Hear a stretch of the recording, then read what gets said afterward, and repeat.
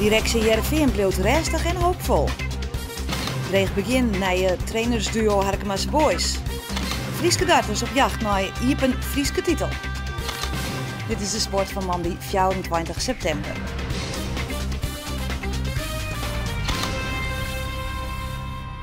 Goeien en welkom bij Boppenslag. In deze uitsturing ik nijs oer uws derk. Er komt een glossy oer uws paradehinder.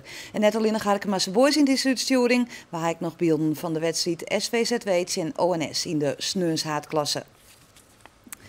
Maar eerst het hoogste niveau. Want er is geen crisis bij Heerenveen, dat zei Heerenveen-voorzitter Robert Veenstra. Heerenveen had met 3 punten uit 6 wedstrijden de minste seizoenstart van de laatste jaren. Toch moet nevens Veenstra vooral de rest bewaren blijven. We lijnen de voorzitter van Heerenveen een paar stellings voor.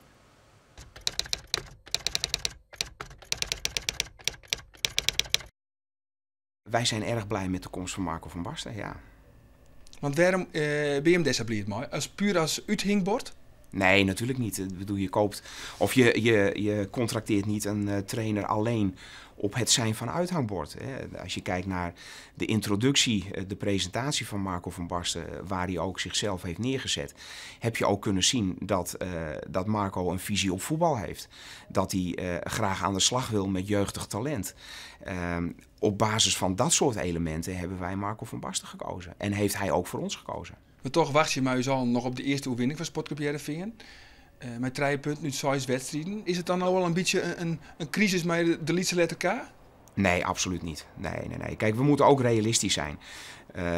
We hebben 50 doelpunten ingeleverd door de transfers in de voorhoede. Ik geloof dat we gisteren met 7, 8 nieuwe spelers stonden te voetballen als je het vergelijkt met vorig jaar. We zijn weer aan het bouwen. Het is Marco van Basten misschien ook wel net on te rekenen dat je Europees jongen uitskekelen binnen. Nee. Nee? Nee. Dat is de directie om te rekenen. Nee, dat is de omstandigheid. Ja, maar had de directie van Heerenveen Europees voetbal wel serieus naam dan? Ja, uiterst serieus.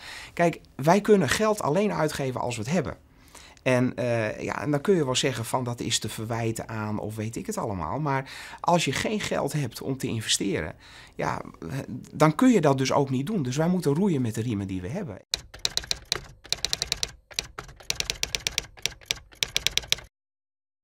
Wij zullen elk jaar mee willen doen voor Europees voetbal. Maar waarom zei je hem dat nou dan net? Maar nou toch een beetje geheimzinnig? Nee, wij doen niet geheimzinnig. Kijk, in het beleidsplan ligt onze lange termijn doelstelling vast. Hè? Dus en daar kom ik ook absoluut niet aan. Maar wat we ons wel realiseren in dit jaar, is dat wij ongeveer 8, 9 nieuwe spelers moeten inpassen. Ja, en dan is de vraag in hoeverre het realistisch is om op dit moment al uitspraken te doen over waar wij aan het eind van dit seizoen gaan staan. Dat vinden wij lastig en daarom doen we daar op dit moment ook geen uitspraak over. Maar de doelstelling op lange termijn is altijd wel Europees voetbal? Ja. Maar voor dit seizoen misschien wel even net? Nogmaals, wij hebben gezegd dat we daar op dit moment even geen uitspraak over doen. Maar die doelstelling die blijft overeind.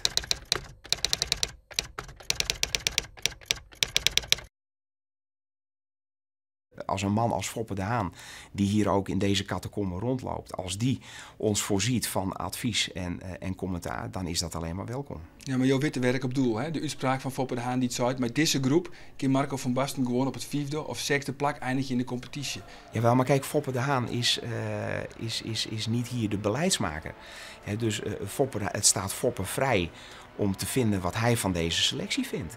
Je hebt hem er net op omsprutsen? Nee, absoluut niet. Net een kop koffie dronken met Foppe de Haan? Nee, absoluut niet.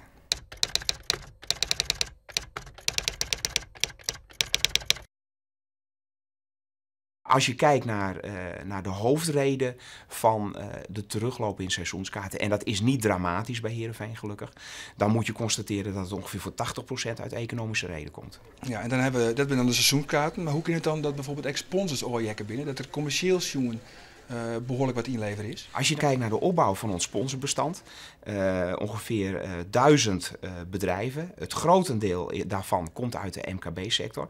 Nou, daarvan heeft 50% het ongelooflijk moeilijk. Ja, en dan maak je keuzes. Maar hoeveel minder sponsorinkomsten heb je hem dan? Dit jaar hebben wij ongeveer 1,5 miljoen euro minder sponsorinkomsten.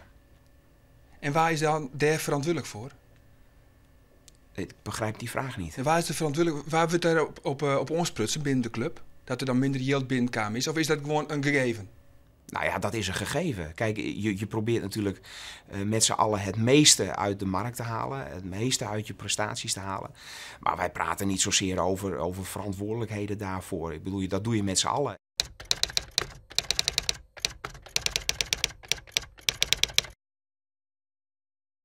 Wij hebben ons beleidsplan tot en met 2014 aangegeven dat we duurzaam financieel gezond willen worden.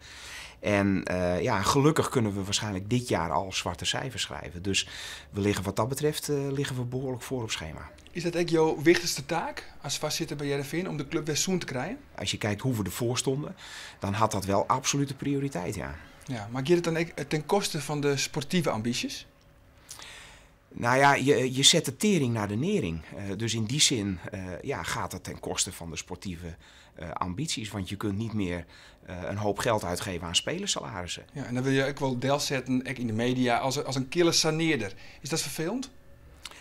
Het is wat op dat moment moet gebeuren. En ik weet van mezelf dat ik dat niet ben. Ik heb ook andere karaktereigenschappen. Die komen straks ook naar boven. Ja, maar Heerenveen leidt dus voor op koers. Maar we kunnen ook zeggen, Heerenveen is alweer financieel zoen. Ja, met de gegevens van vandaag zijn wij financieel weer gezond, ja. Robert Veenstra. En toen zie ik in Boppenslag extra zien een lang interview met de trainer van Sportclub Heerenveen. En je weet alweer, dat is Marco van Basten. Sportclub Cambuur pakte vreed op knappe wijze 3 punten. Kampioenskandidaat Sparta stiet bij het skoft met 2-0 voor, maar uiteindelijk gingen de Rotterdammers met lege handen naar huis. Sparta is een van de titelkandidaten in de Jupiler League en na jaloeren komen ze op vastsprong. Het is Donovan Deekman, te vol rond te kruiter. Hij mag draaien en uitheljen en zo komt Sparta op 1-0 in Cambuur. En 5 minuten later wordt het echt 2-0. Het is opnieuw Donovan Deekman. Hij laat de bal weer op Belhassani. Schitterend schot. En zo komen de Rotterdammers op 0-2. Hij lijkt het een zwier joen te worden voor de Ljouters. Maar Cambuur rjocht het de regen en komt in de tweede helft onder leiding van invaller Marco van der Heijden waarom in de wedstrijd. Paaskop Michiel Hemmen, prachtig wipperke en Hemmen zwargert voor de ontsluitingstreffer. En even later de hoekschop van Erik Bakker. En bij de eerste peel zit er op een ei Michiel Hemmen, zijn 6e van het seizoen en het is 2-2. En het wordt nog mooier. Vastzet van Oebele Skokker bij de tweede peel Marco van der Heijden. En zo wint Cambuur na een 2-0 achterstand met 3-2 van Sparta. De topklasse dan. In 2003 was het Harkemasse Boys kampioen van de haatklasse C. Haattrainer wie doe Sjoerd Jan Eppinga, zijn assistent Willem Brouwer.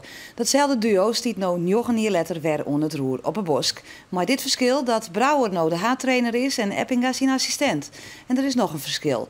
Ze staan nou met 1 punt uit 3 wedstrijden stief onderaan. We volgen het tweetal sneun bij de wedstrijd in koprenner Sparta Nijkerk en zeggen of ze het spul weer op een rit krijgen kunnen. Peter straks, hè? Zo, succes. Jo, merci. Bij de degradatie, daar wie net in blijft maar natuurlijk. En dan komen er nieuwe trainers en dan wordt er een klasse leger voortverwachten dat je wel in boven in mei doet. Maar er is een hele protte verloren. Er is bijna een compleet nieuwe selectie. Straks zei je nieuwe trainers, dus het moet ik al weer gewoon aan de wennen. En we hebben gewoon even tijd nodig om de groep Safir te krijgen dat wij voetballen op het niveau wat we graag willen. Sjoerd en ik kennen hoe goed mij erop zitten. We kennen natuurlijk al jaren. De Ben hebben we op school zitten. Sjoerd die wennetje vlak achter. En als je goed mij praten kennen over voetbal en hetzelfde teamgoed speelt, dan kan je prima samenwerken. En dan maakt het de verhouding van waar is baas en waar is geen baas, waar is assistent, het maakt het helemaal niks uit. Het bestuur hier Willem als plan A en Willem betaalt zelf plan B. En toen kwam ik in beeld. Mooi, een beetje. Ja, het is wel een beetje. Nou. En ja, we gingen er ooit in het verliezen alles zo gaan om dit nog eens te doen. En dat dan stap 1 gebeurt, ja, en je kan zelf stap 2 invullen. Ja, dan is het wel een moment dat je zegt, ja, dat moest doen. Het is een prachtige club, prachtig niveau om te werken. Nou, daar ben ik weer. Kijk-ie. Hoe viel je hem op dit stuit de druk? Nou, we viel totaal geen druk. De club is gelukkig niet realistisch. En die weet ik dat er een hulpproduct verloren is van het Zimmer. En die jou is ook de tijd om te bouwen aan een nieuwe Harkemasse Boys. En Misschien moet je wel heel realistisch zijn. Misschien is de hoofdklasse, ik wil het niveau waar Harkema op dit moment tussen zit. Niet alleen qua voetbal, maar ook qua andere dingen eromheen. Sparta Nijkerk vandaag. De eerste nummer 1 van de ranglijst tegen de 100ste. Klinkt raar, maar het is wel zo. Een mooie kans om vandaag een mooie stap te maken en voor een stuntje te zorgen. De stand in het begin van het seizoen zegt helemaal niks. Lijkt me een mooie uitdaging in ieder geval. Natuurlijk wil ze graag winnen. Natuurlijk vernemen ze wel dat de meesten eromheen zeggen van maar nou willen ze even niet winnen. En dat is ook logisch, daar ben je sportman voor. Maar het is net zo dat zoals je alle weken voortspelen worden, dan is het dan mag je beginnen te twijfelen van doe ik iets verkeerd of weet ik het wel. Ja. Maar dat is net het geval en de jongens hebben vertrouwen genoeg in zichzelf en in de manier van voetballen van ons dat ze wel zoiets van het komt wel goed. En dat komt net vanzelf, dat weet ik en dat weet de jongens ook. Maar dat is, nee, ik heb net het idee dat ze mijn hulp er druk voetballen.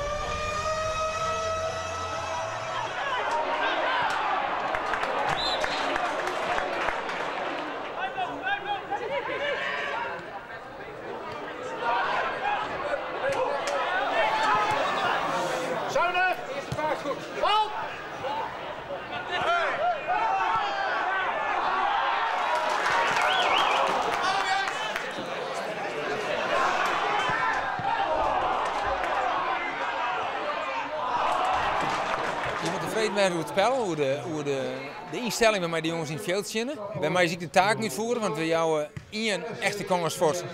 Waarbij het even net goed ziet, maar de rest vangt ze goed op naar het balverliersmoment. We creëren kansen, maar als het wat we dan om schippen helpen, ja, daar mag je nog niet blij van worden.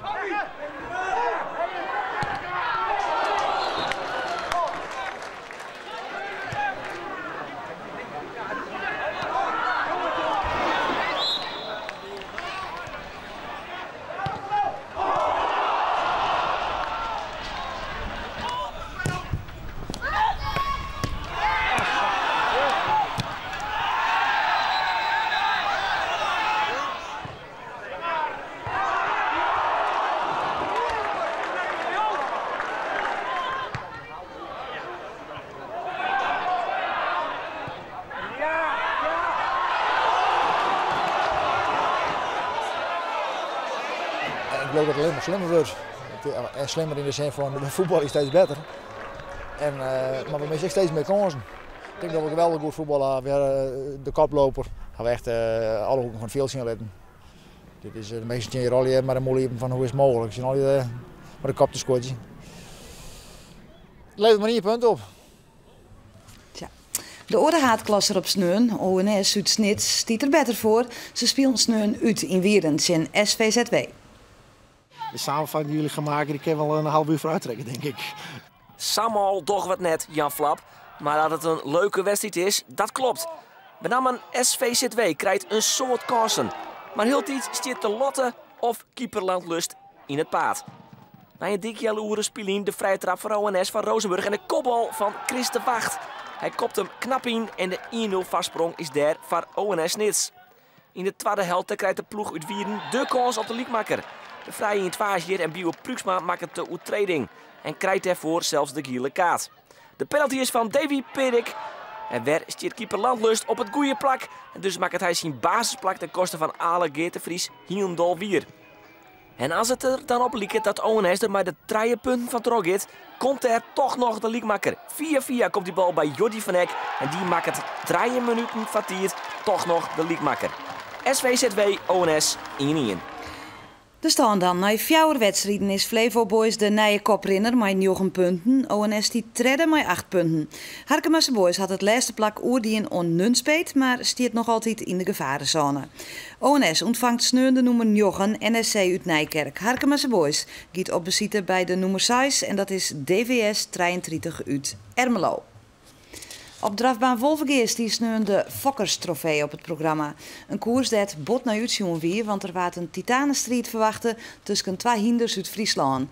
Clint W. Boko, de winnaar van de grootste koers van Nederland, de derby op Duindicht. En de sterke Kaan Alderson, die het troch pech de kwalificatie voor diezelfde derby miste. De koers van sneu moest uitwijzen waar het nou echt de sterkste van deze beide dravers is.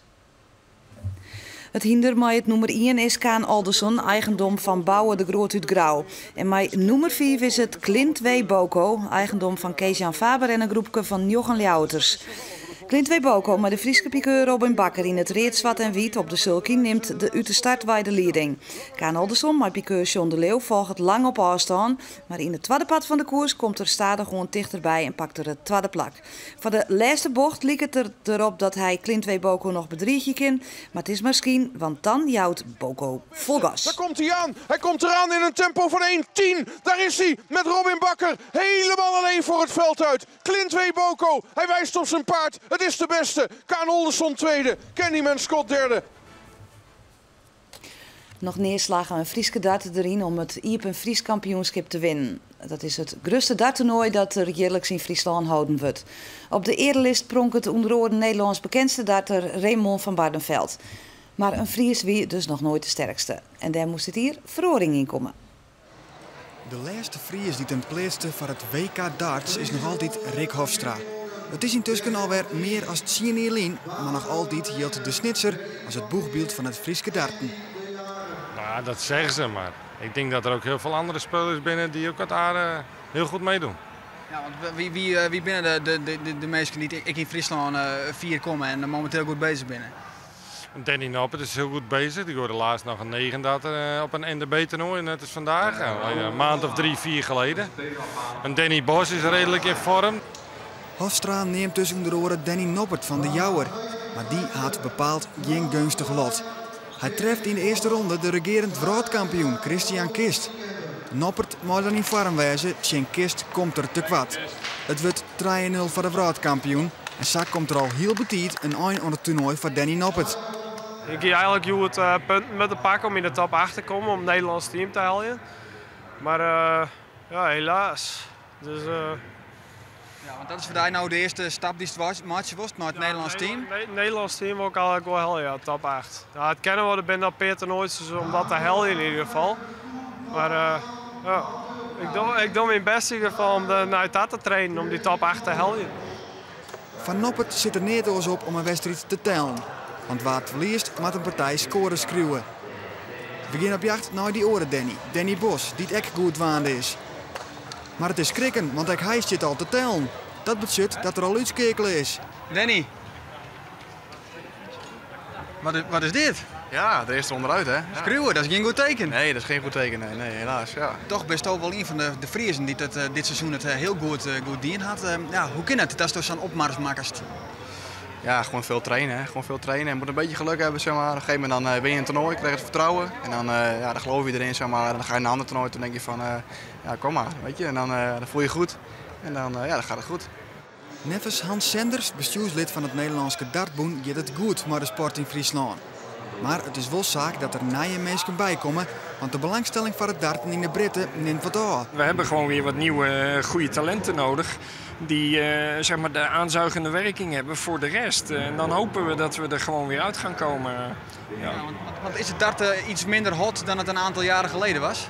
Nou, ik denk dat het een aantal jaren geleden natuurlijk heel erg nieuw was. En mensen hebben het in principe allemaal wel weer gezien. En je moet gewoon heel veel moeite doen om die aandacht vast te blijven houden. Een van de talenten die er in Friesland rondrent is Mats Schies van Wierum.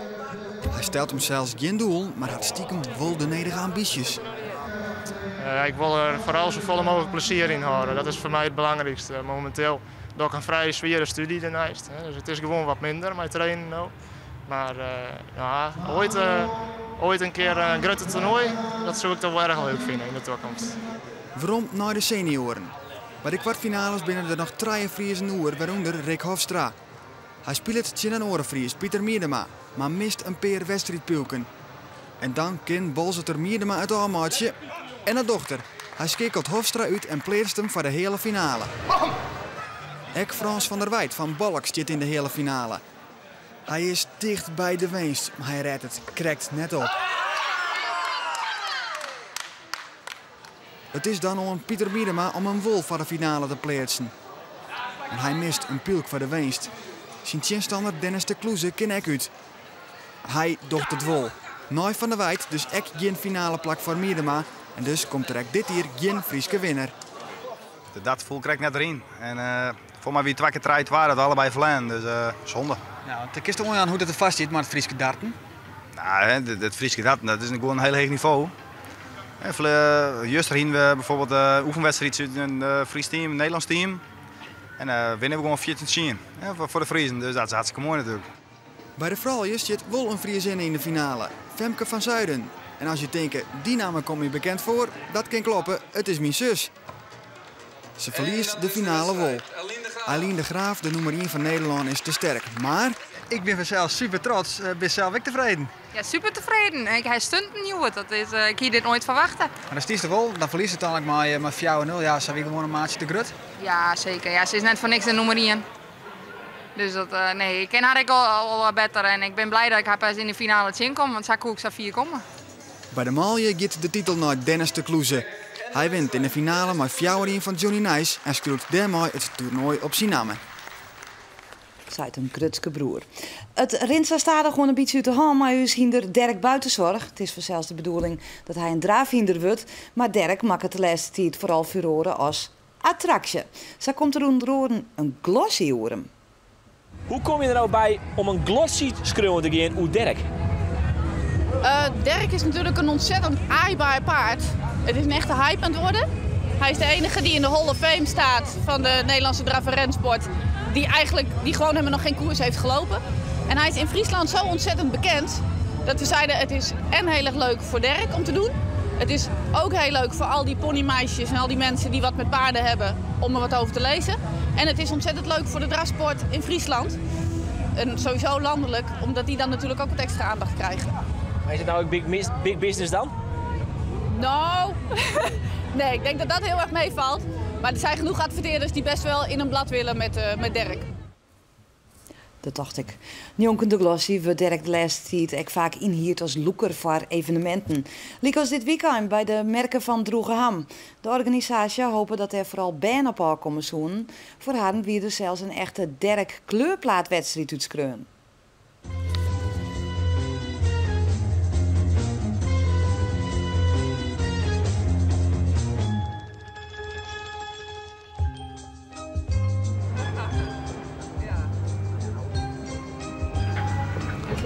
Als ik, wacht even hè, als ik ja zeg, is het last night. Ja. Nee, als ik ja zeg. Ja. Goed luisteren naar mij, hè? Tadaa! Nou, Droegeham. weer een meet and greet. Ja. Weer een meet and greet. Sjen, hoeveel fans is die het? Merk staat nou al dat hij populair is of populairder wordt? Nou, hij is wel heel populair. En dat wie die eigenlijk vanaf het begin liek eigenlijk wel. Gangnam Style. Gangnam Style. Oh my god! Hey, die is mooi. Gangnam Style. Gangnam Style. Hey, sexy lady. Gangnam Style. Hey, sexy lady.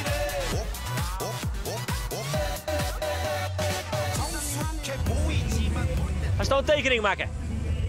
Ja? Maak hem Sjen.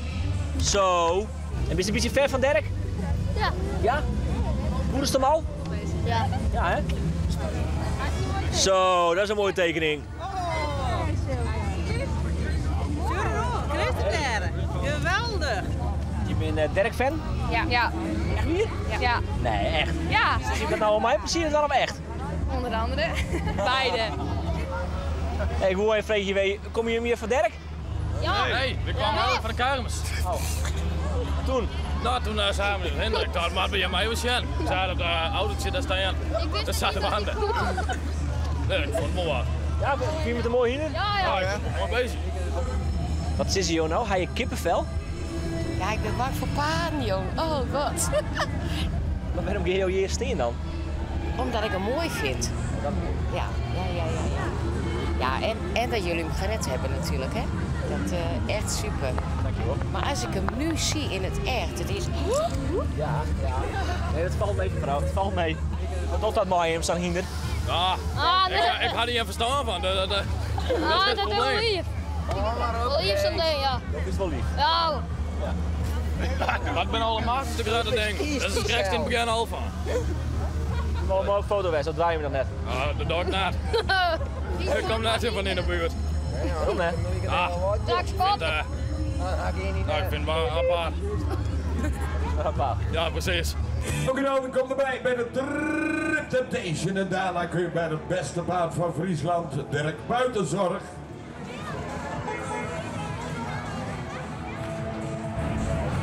Ja, wat doe je dan? Ja. Wat doe je dan? Niks. Ja, ik zie het wel. Nee. Ja. Dit is net de bedoeling, jongens. Hè? Nee. Jongens, je mag er net gisteren, je mag er naar Dirk Buitenzorg. Ken je hem niet op, Dirk Buitenzorg? Nee. Die dan met Roy in maar. Oké. Het is hier net zo druk. Nee, maar dat komt vanavond, hè? Na de gondelvaart. Maar ik denk wel dat ik weet hoe het komt. Wat dan? Dirk Buitenzorg zit hierachter. Nee, hier niet. Zou die dat doen dan? Oké. Sorry. Maakt niet uit, het is je vergeven. Ik vind het lekker. Vind je dat lekker? Ik geloof net dat u het lekker fietst, Joukje. Nou, hij is geen fan van de superspin. Het lauwe volleybal. Oppan Gangnam Style. Nou, die moet echt eerstdaags naar de toskedokter weer, Us Dirk. En dit weer het wat de sport betreft voor deze man die 24 september. Graag wijs ik je nog op komende toonsdag dan een lang interview met de trainer van Sportclub Heerenveen, Marco van Basten. En man die is er weer een reguliere boppenslag voor zelfs. Een heel mooi jonta wenske. Goed toskepoetsen. Doeg.